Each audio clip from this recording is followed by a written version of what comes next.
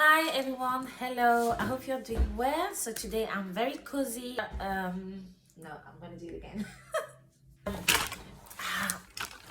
So I felt like the second time reading this book was much more. Voilà. I feel like.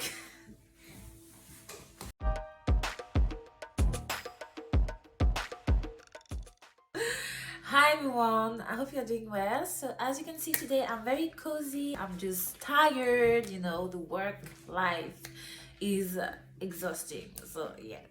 So today, very cozy, very easy, and today I'm going to talk about this book from Alice Walker, and it's called In Love and Trouble. So I've read this book the first time when I think I was 19 years old, and now I'm revisiting this book. And I know the first time that I read it, I really enjoyed it.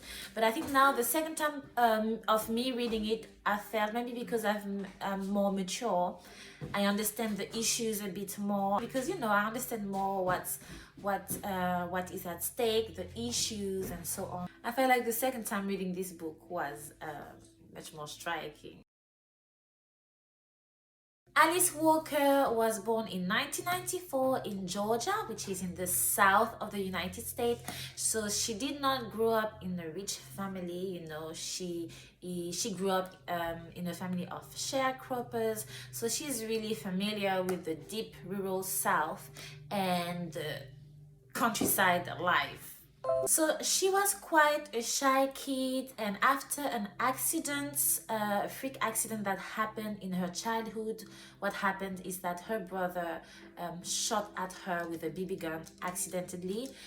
She becomes scared, near her eye, and she became very shy, and then she developed a deep passion for reading. And obviously, I believe that her love for reading shaped the amazing author we have today. Alice Walker won a lot of prizes for her skills as an author, including the Pulitzer Prize for her very fantastic book, The Color Purple.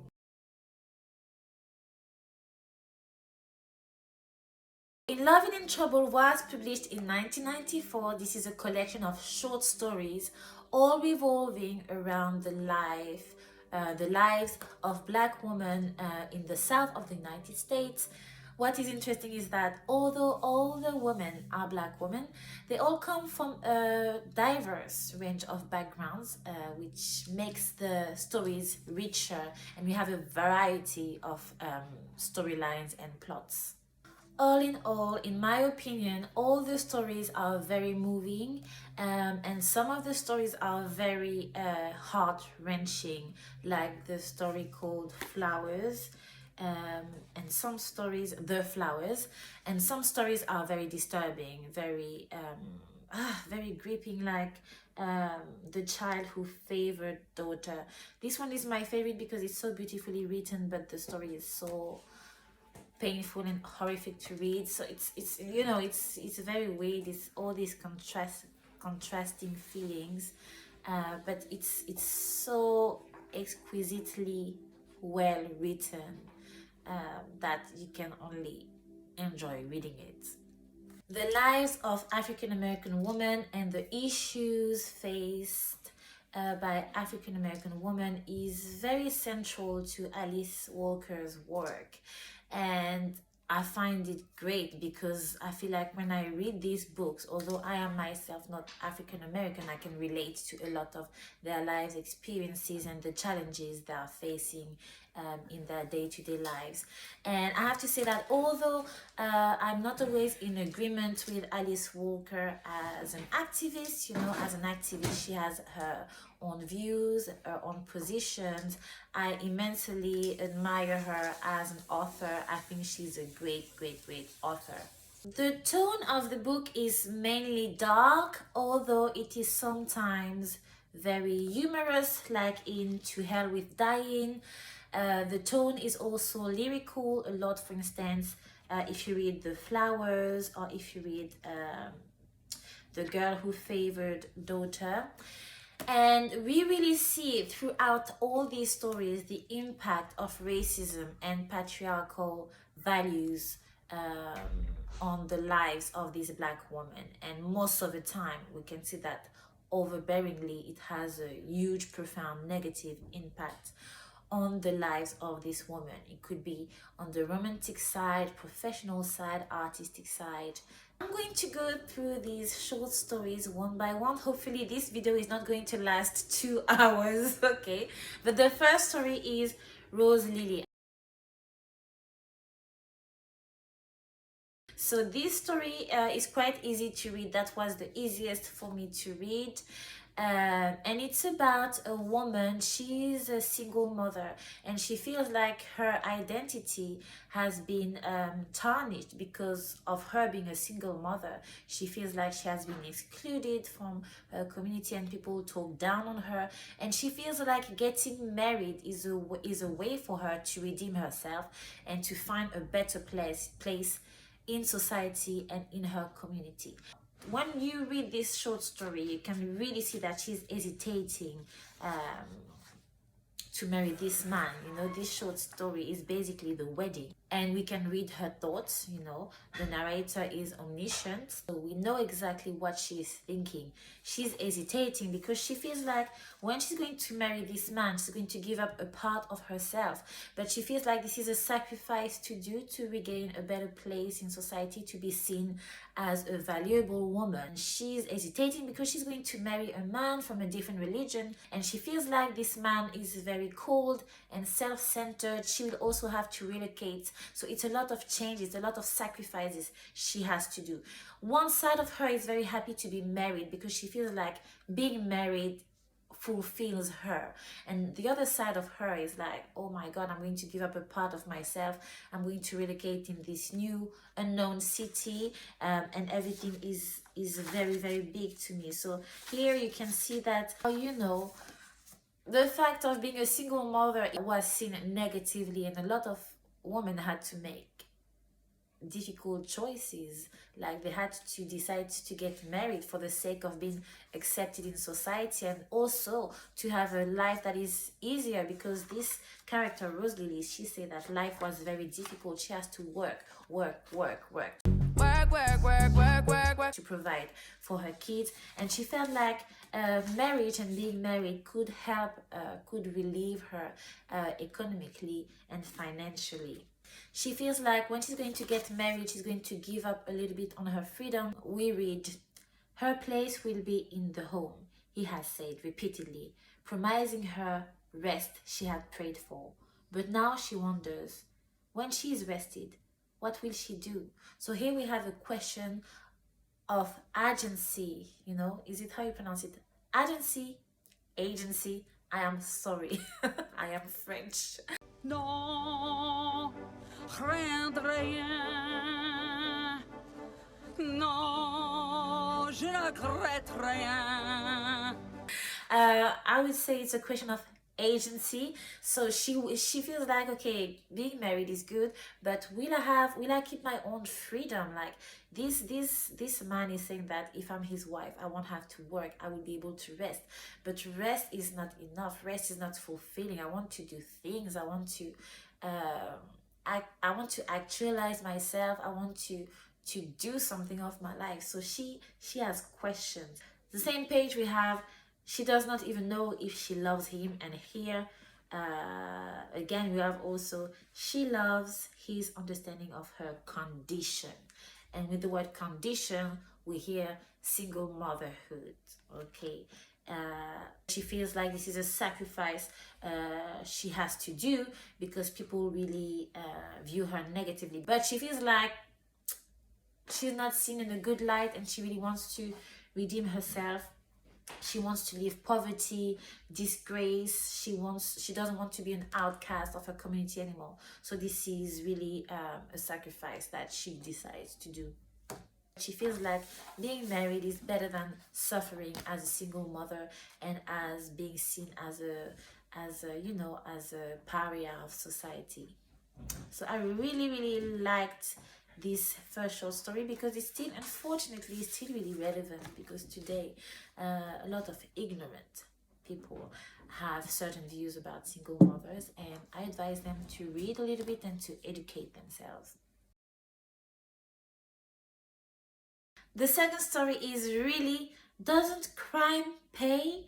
And I love this story because I consider myself an artist, and I would say I am an artist. The second reason why is the story itself. So in this story, the topics are art, creation of art, and ownership of art.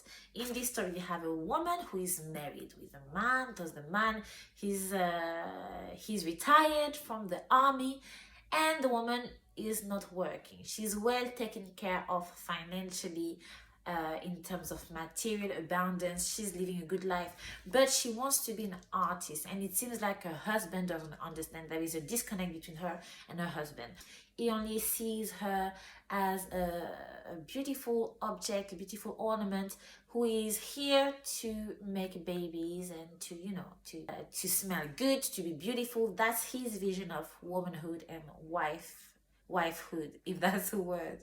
But the main character has other plans. She's a writer and she's good at writing. She meets a guy, and the name of the guy is I didn't even like I knew the guy was not reliable because his name, I didn't like it. His name was Mordecai Rich.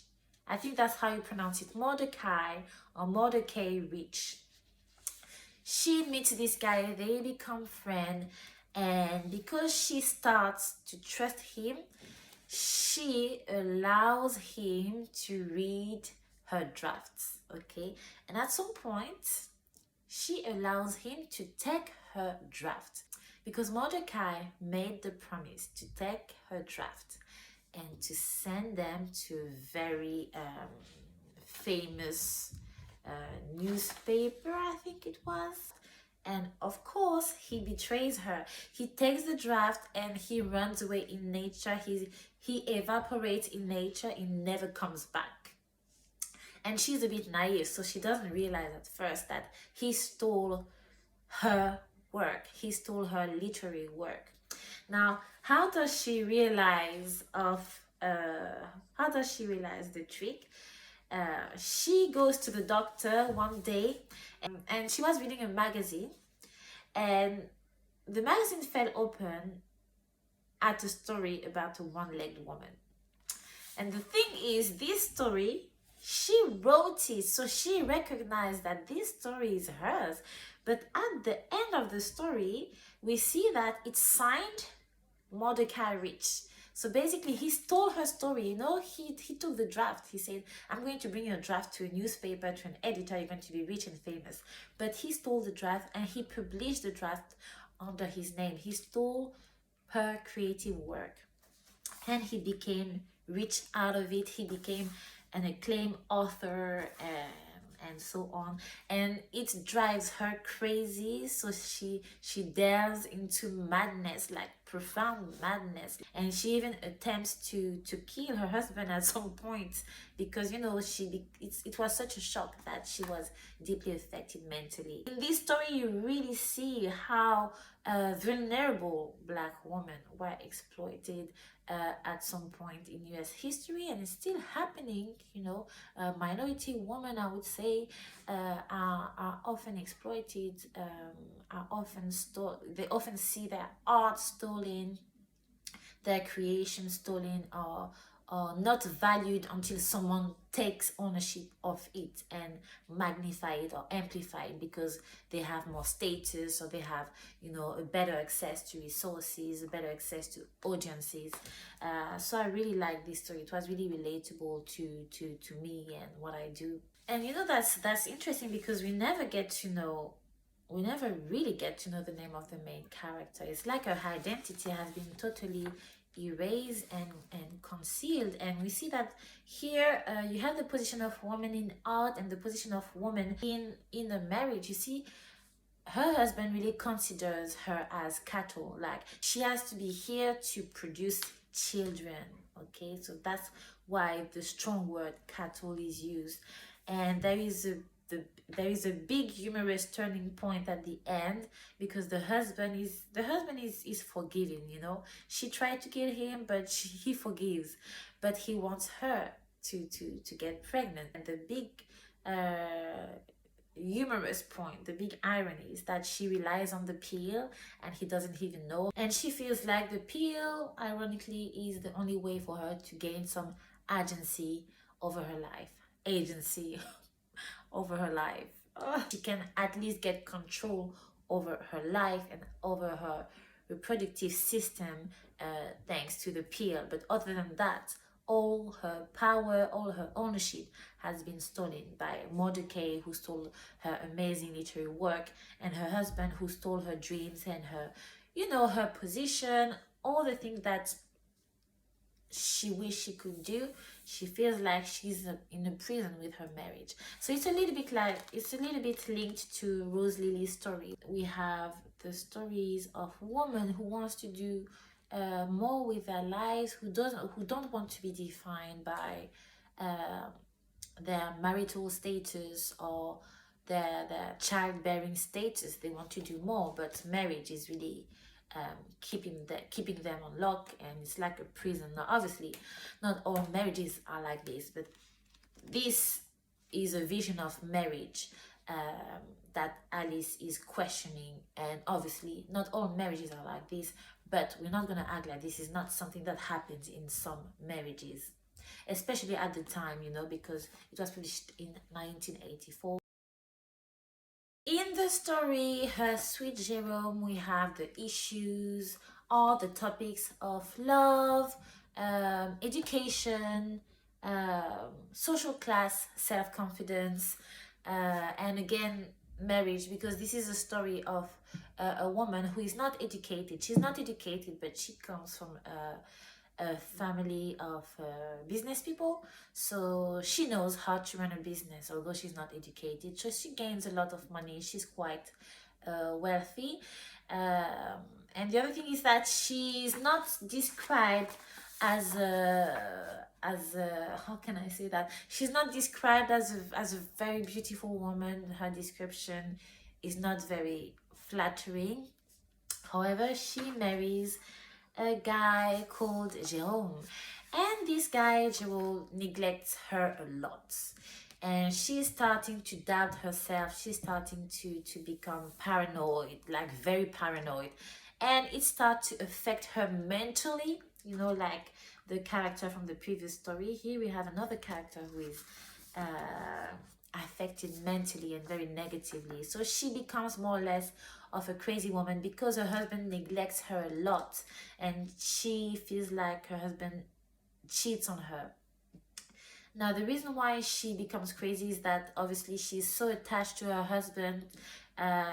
She's heavily codependent and her husband is her life, so she feels like her value is tied to her husband. She feels like she needs the love of her husband to feel alive, to feel valued as a woman, because she knows, maybe she knows that people don't see her as a beautiful woman and whatever, but she wants to show that she has money and her money can keep her husband. And even if she's not the most beautiful woman, her husband is here for her, which is not the case, and which is why she becomes crazy. So she really thinks her husband is cheating on her. Now the thing is that at the end of the story, we learn that he was not cheating on her.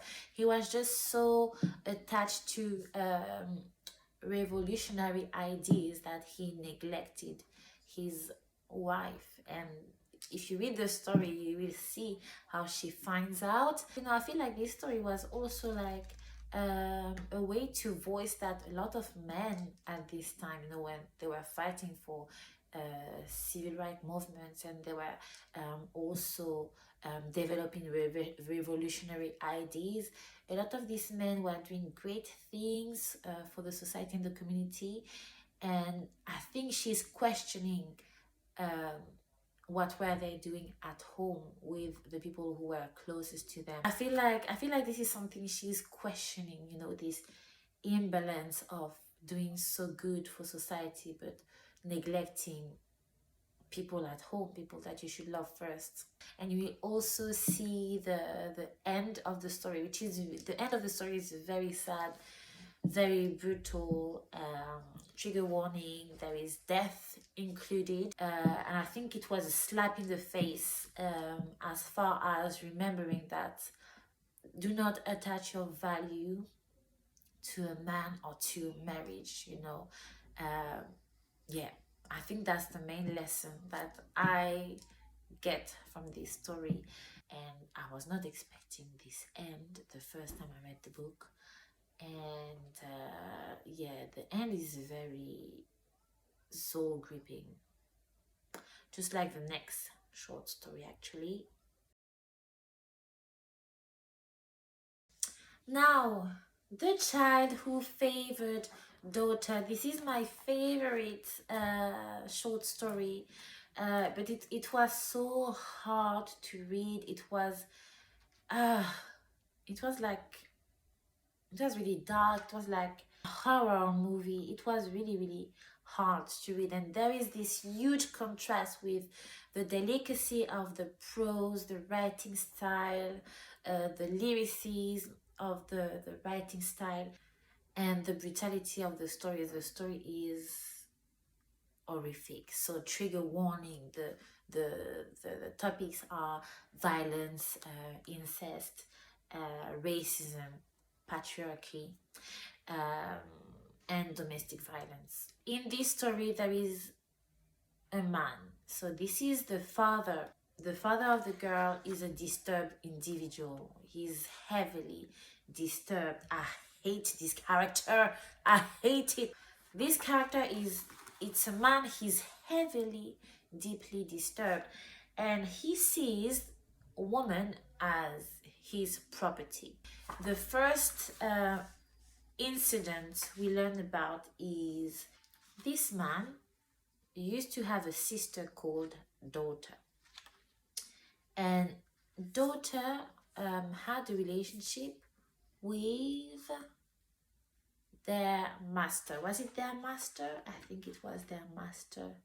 And once he and his family learned about it, they mistreated her. They tied her to a bed like an animal, like even animals, you don't do that. But they tied her to a bed and they inflicted abusive treatment on her. It was just inhumane treatment. Eventually, she committed suicide. I forgot the trigger warning. She committed suicide. Now, the same man grew up, because it happened when he was a boy. He grew up and he got married to a poor woman. And you know, this man, that's why one of the trigger warning was incest, because it looks like from reading the story that he developed romantic feelings for his sister. That's why he could never accept that she had a relationship with the master, and he became like absolutely crazy, which made that once he got once he became an adult, he got married. He was extremely abusive to his wife. They had a daughter, but he was extremely abusive. He was so abusive that the wife decided to commit suicide. So now it's just him and his daughter. He's a bit disturbed because his daughter looks like his sister called Daughter. That's disturbing to him. Now, the main event of this short story is that one day he finds a letter, and in this letter he learns that his daughter is having a relationship with a white man, and he becomes all triggered because it reminds him of what happened with his sister when he was a boy. And he feels like when he was a boy, his sister broke his heart by having a relationship with her master at the time, and he cannot take it, he cannot bear it. So this story is really, you know, you have there's a lot of anxiety because how many pages? It's 10 pages. The 10 pages, most of the story is literally the daughter of the man walking home and seeing her dad waiting for her, sitting on the porch with a gun on his side, and she knows that he's probably gonna kill her. She knows it because the dad is holding the letter. So she sees her dad. She sees the letter in his hand. She sees the gun and she's like, she knows what's gonna happen. And we can see what's going on in her mind. She's just a child. She's really innocent. And again, there's a contrast with her being so innocent and just wanted to live life, she's young, she's a girl, everybody falls in love, and she doesn't understand the gravity of the insanity of her dad. And she's just, we just see her thought process of her just being a young girl, gazing at the flowers, the sky, all the while walking towards something horrific, which is her dad. We also have the point of view of her dad as well. This man is very evil. And, I don't want to talk about it. It's beautifully written. I enjoyed reading it by, the way it was written was very beautiful. But the story, it was very shocking for me. I wanted to cry. Horrific.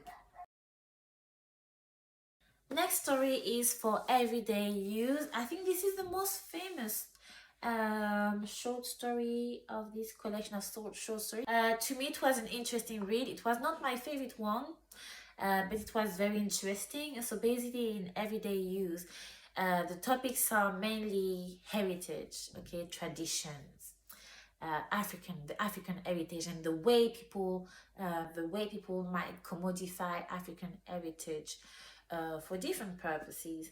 So in this story, we have a mother and we have two sisters. One of the sisters unfortunately suffered injuries from a fire. So she's suffering physical injuries and also mental, psychological injuries. She lacks self-confidence because she sees how she has been impacted physically and how it affected her life. The other sister is Dee. Now Dee, she seems to be a very impressive girl, a very impressive young woman as well, because the story happens when the two girls are now older and young women. She's educated because she goes to university. She seems to be very pretty and very confident. And then there is the mother, and she is the narrator. What happens is that Maggie comes back from university. She comes back with one of her friends, and the mother is surprised because she feels like Maggie usually is quite ashamed of where she comes from, and she actually even say to her mom, let me find it. That's the mother talking about Dee. She wrote me once that no matter where we choose to live, she will manage to come see us, but she will never bring her friends. So you see that she's ashamed about her roots, where she's coming from. But this time when Dee comes and visits us with her friend, it's different. Maggie seems so interested. So Dee is now educated, and she's educated. She went to university. She visited Africa, and she's involved in the civil rights movement. So it's like a new vision for her. It's like, oh my God, I understand that, my family, they have such cultural wealth. And she's like, now let me go and get some of it and bring it to my friends so I can show off. And the mother is like, no honey, that's not how it's gonna work. But I like this story. I like that the mother stood up for Maggie. I really liked it. And Dee, she was a little bit too, I felt like she thought she was better than everyone. And it's like, girl, sit down. Sit down. To the mother, it's a bit weird. She feels like She feels like, oh, wait a minute, dear, you used to despise your African heritage, you used to despise where we come from, and now you're coming like you're so proud of your roots. So the mother is a little bit suspicious. What happened is that right before she goes back, Dee wants to take one of the quilts with her to go back to university. And the mother is like, hold up, wait a minute, no, I can't give that to you because it's for Maggie.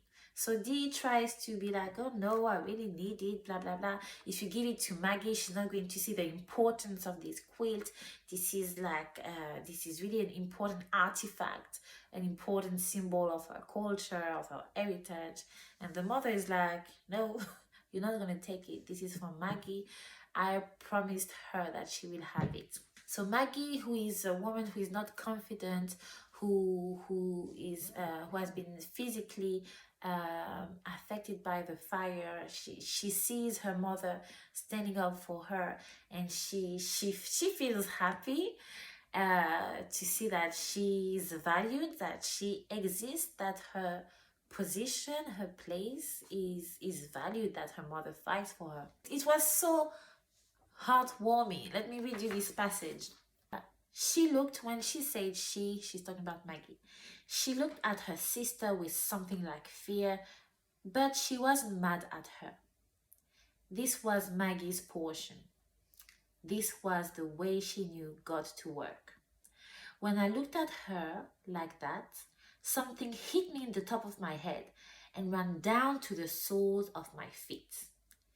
Just like when I'm in church and the Spirit of God touches me and I get happy and shout. I did something I never had done before. I hugged Maggie to me, then dragged her into the room, snatched the quilts out of Miss Wangero's hand and dumped them into Maggie's lap. Maggie just sat there on my bed with her mouth open. To see the mother step up for her daughter, for the daughter who always feels like she's the underdog, she's not valued, it was really heartwarming, and I felt all much like, oh, this is so beautiful, this is so nice. And I didn't like this Dee character because she's really OT. She feels like she's better than everyone. She knows better. And she even says, it's really a new day for us, but from the way you and Mama still live, you'd never know it. So this, I feel like here, Alice Walker really makes us question the way African roots, African heritage can be commodified, and the lifestyle of the South of the United States can be looked as, you know, a real proof of heritage, but at the same time, how can you despise people who live this life? So this is a good question that I get from this short story. You know, this idea of we respect our heritage, we respect our roots, but at the same time you disrespect, you despise people who come from these roots and who still have who have a lifestyle different than yours, just because you're more, just because you're, it's not even more educated, and just because you have a different education, a different lifestyle, you cannot just despise other people because they haven't received the same education as yours. You know, they have a different type of education, they have a different type of cultural wealth, but it still has to be respected, no matter if you went to Harvard, to any type of universities, the respect. So when the mother steps up to protect Maggie, it feels like this is restoring the mother and daughter relationship of Maggie and the mom, and also it's restoring, you know, the self-confidence of Maggie, because she feels like she's being seen, she's being valued, and it was really heartwarming. Be nice, be good, love one another, and take care. Bye. The Revenge of Anna Kemuth. Am I pronouncing it right? I may or I may not. I don't know, but I'm trying my best. This is a cool story. This is a cool story about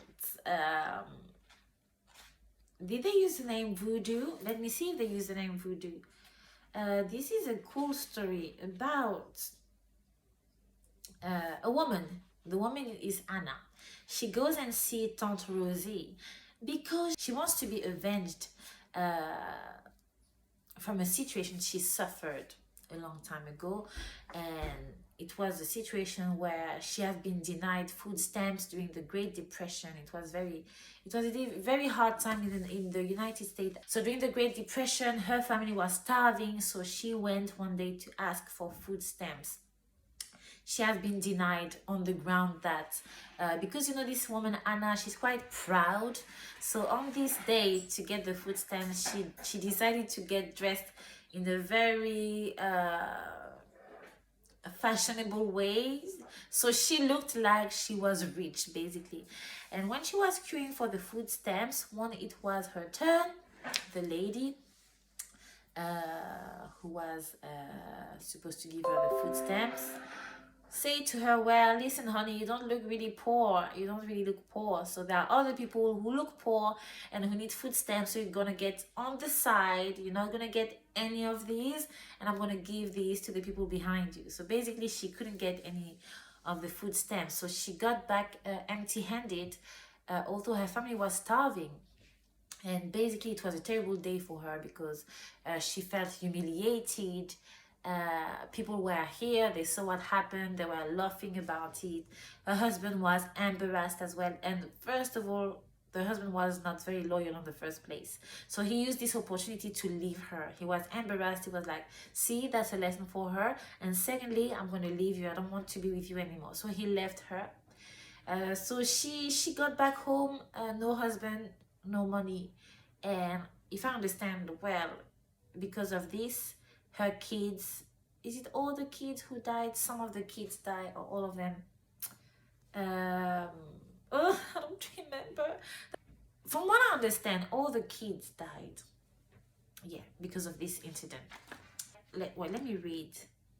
Yes, so she says, my spirit never recovered from that insult, just like my heart never recovered from my husband's desertion, just like my body never recovered from being almost starved to death. So she goes and sees Tante Rose and she says, I want this woman who denied me the food stamps to be punished. Okay, she said, I want her to be punished. Now this woman, Tante Rose, that's why I was hesitating. Did they use the word voodoo? They say that she's a woman who belonged to the Order of the Eastern Star. But we understand that she's really delved into spirituality. Some people are going to call it witchcraft, some people are going to call it voodoo, but she's very spiritual, and she claims that she can do things, she can make pacts with the spirits and attack people or give luck to people or give blessings to people. She's doing some type of witchcraft. That's what we understand.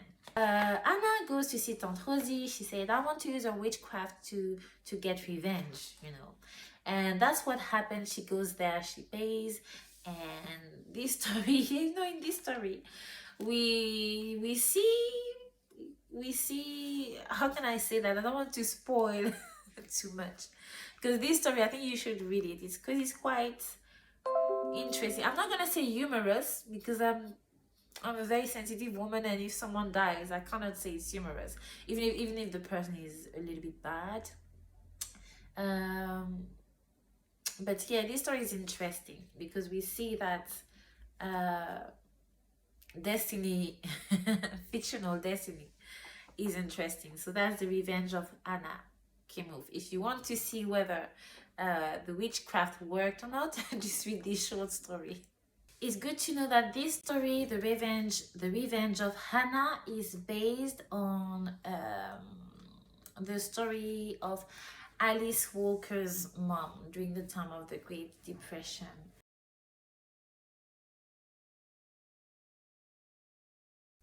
Next, we have the welcome table. Now, the welcome table was an interesting story because the topics we have here are religious organizations. in the south of the United States. You know, the south of the United States is known of being the most religious part of the United States, and it's also called the Bible Belt.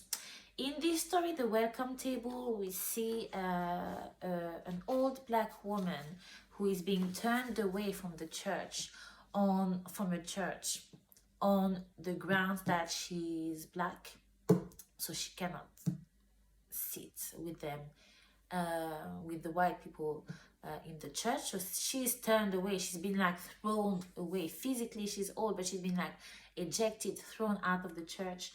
And the woman decided to walk home because on that day she really felt like she knew that it was a white church. She knew it was a church only for white people, but she felt like if this is a God for everyone, I should be able, if God is for everyone, I should be able to attend any church I want.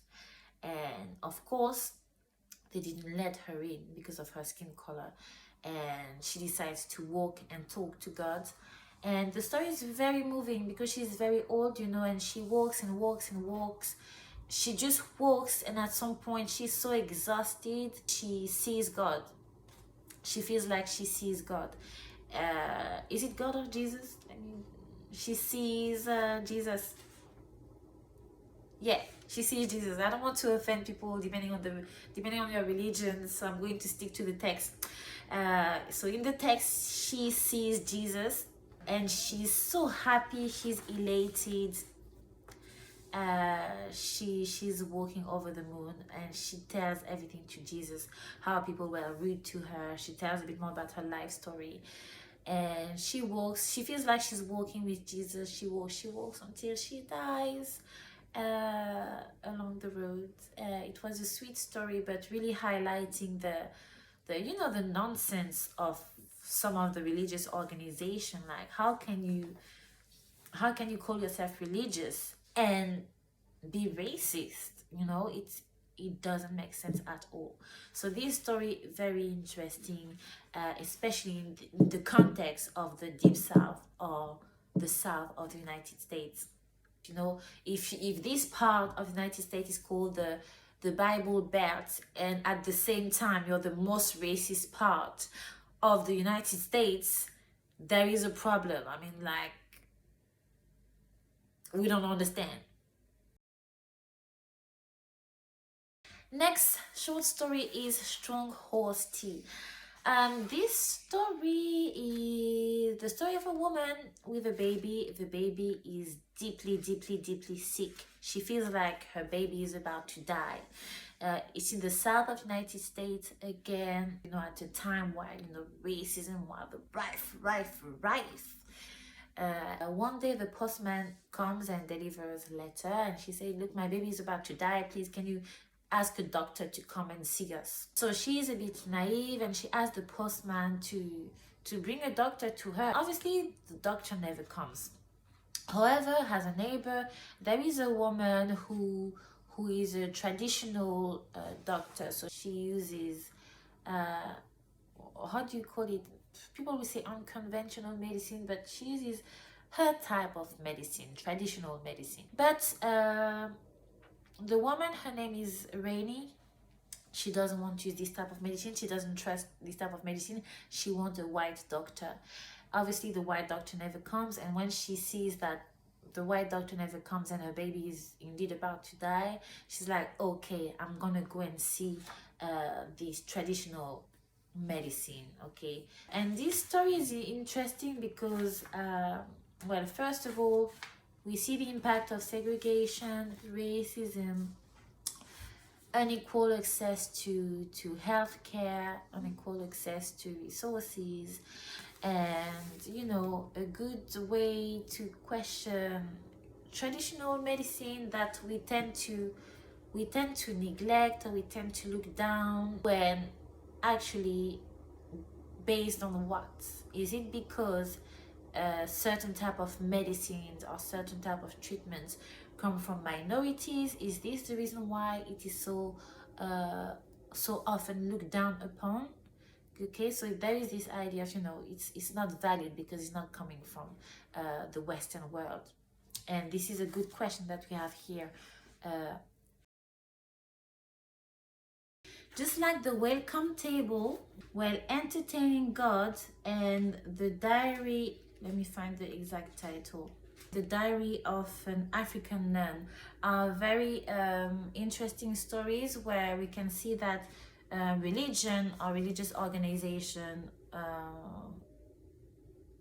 are the main topic. She's really questioning religion. She makes us think about our relationship with religion.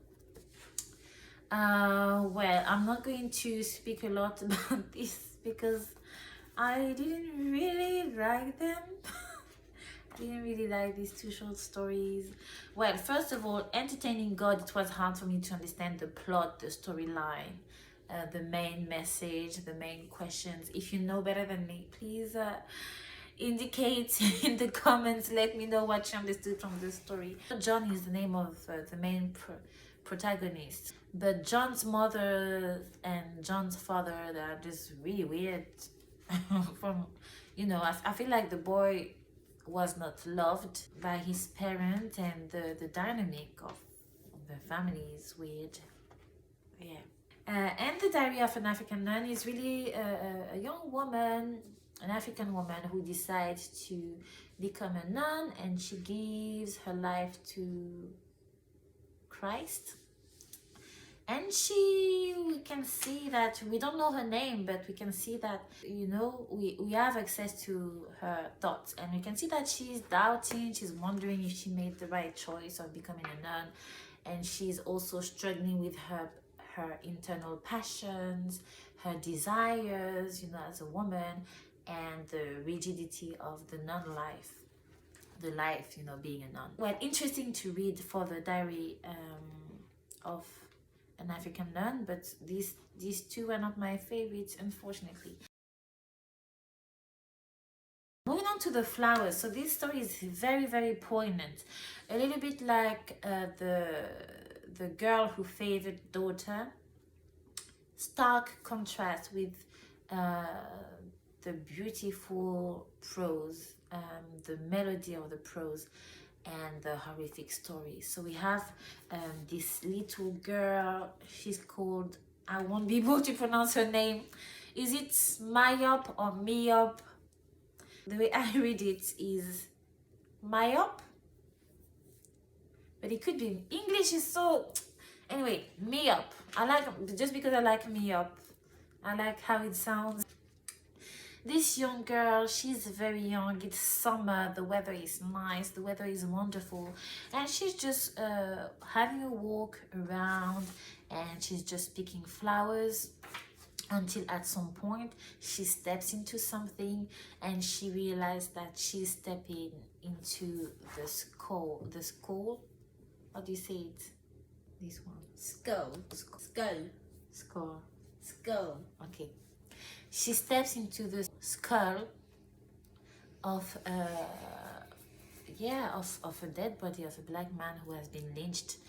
And this story is very short, you know, it's just one page, but the intensity is very intense. And because you have this 10-year-old girl who is so sweet, and she's picking flowers, it's summer, the weather is nice, she's happy, and she's saying, you know, the contrast I was talking about, she's saying, the days has never been as beautiful as these. The air held a keenness that made her nose twitch.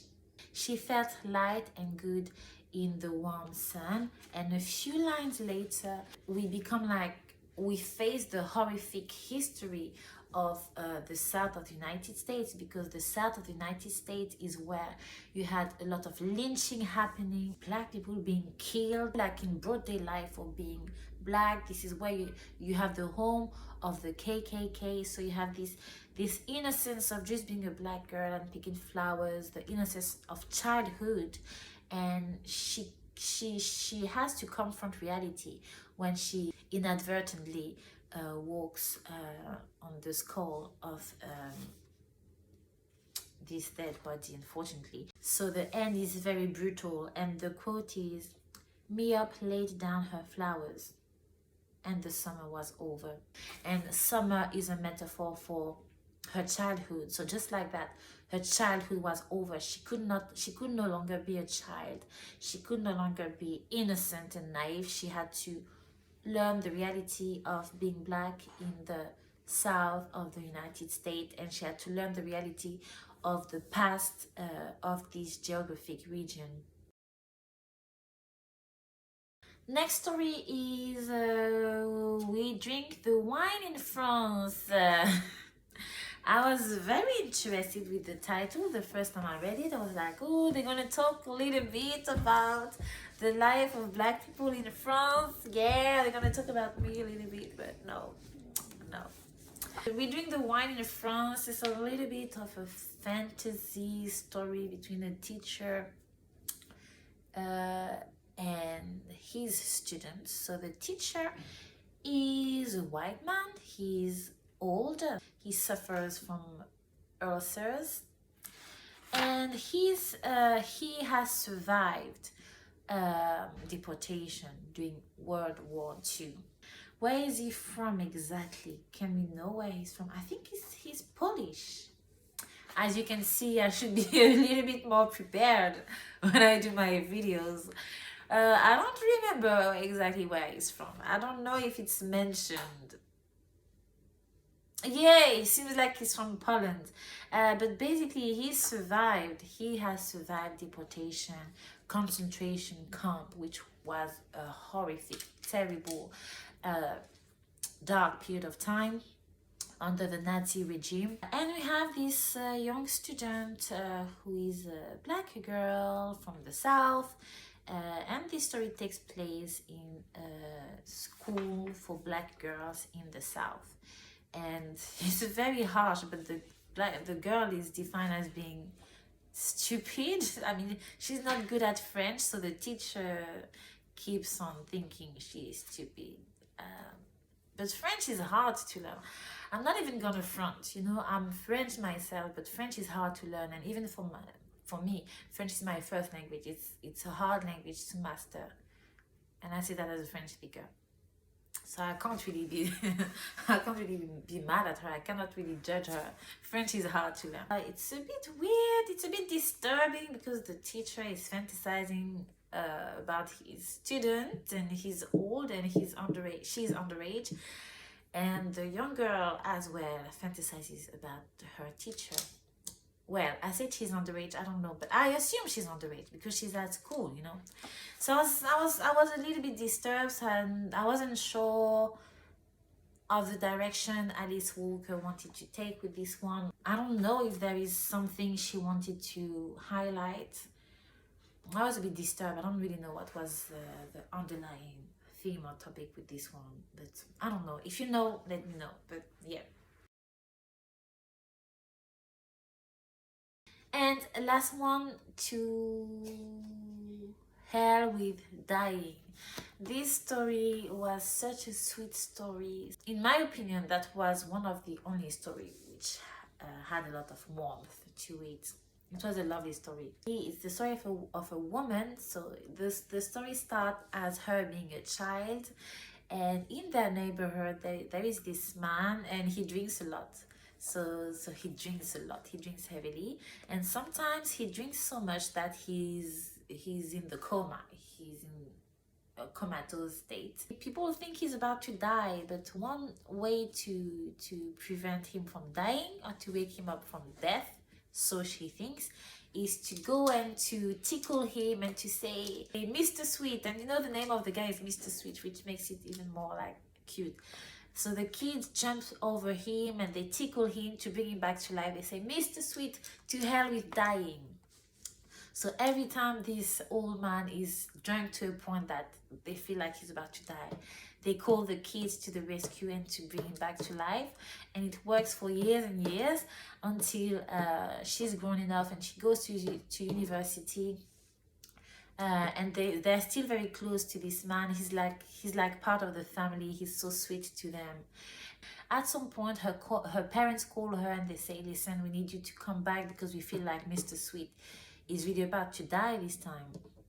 And the young girl, who is now a young woman, is like, oh no, he's not gonna die. So she takes the plane to go back to her hometown and to follow her mission of reviving Mr. Sweet.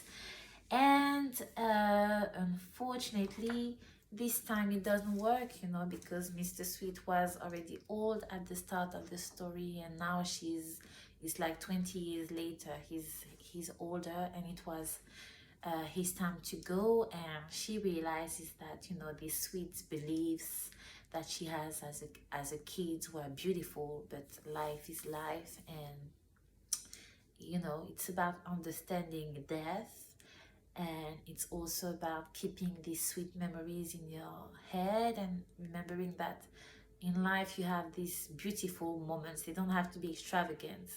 You have these beautiful moments who stems from the love people have for one and another, who stems from this feeling of empathy, solidarity, and caring for one another. The main character, you know, she understands death, and she feels like, you know, even though Mr. Sweet is dead, at least she can carry on in her life with all these beautiful sweet memories of Mr. Sweet. After all these difficult stories to read, that was a beautiful story, definitely one of my favorites. A beautiful moment to read. It was you know, I cried when I read the last one. I had tears of happiness, tears of, you know, light emotions. It was really touching.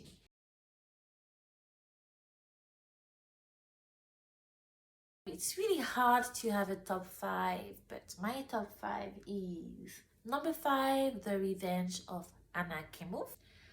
Number 4, Roselily. Number 3, To Hell with Dying. Number 2, Really Doesn't Cream Pay. And number 1, it's really hard to put it at number 1, really. The Child Who Favored Daughter. But now that I think of it, I'll do 5, The Revenge of Anna Kemov. 4, Roselily. 3, Really Doesn't Crime Pay. 2, the Child Who Favored Daughter. And 1, To Hell with Dying. Actually, I don't even know why I like The Child Who Favored Daughter. I think it was so beautifully written. I think the reason why I like it is just that, you know, when I was reading it, I felt like I really wanted to save the girl. I really, you know, I think I like it because it makes me want to fight harder for women's rights. I think that's why. You know, you have so many people saying like, we don't need feminism, blah blah blah blah blah blah. And it's true that now we are in 2022, and it happened a long time ago. But these stories, similar stories, are still happening. A lot of girls and women are suffering injustice on the simple ground that they are women, and they are seen as properties, and they see their lives being endangered or unvalued or even cut short. So maybe that's the reason why this story touched me so much. Well, I really hope you liked this video, and moreover, I think most importantly, I really hope that it made you want to read this book. It's a very nice book. I hope you enjoyed the video. If you know more about the text that I did not understand, please let me know in the comments.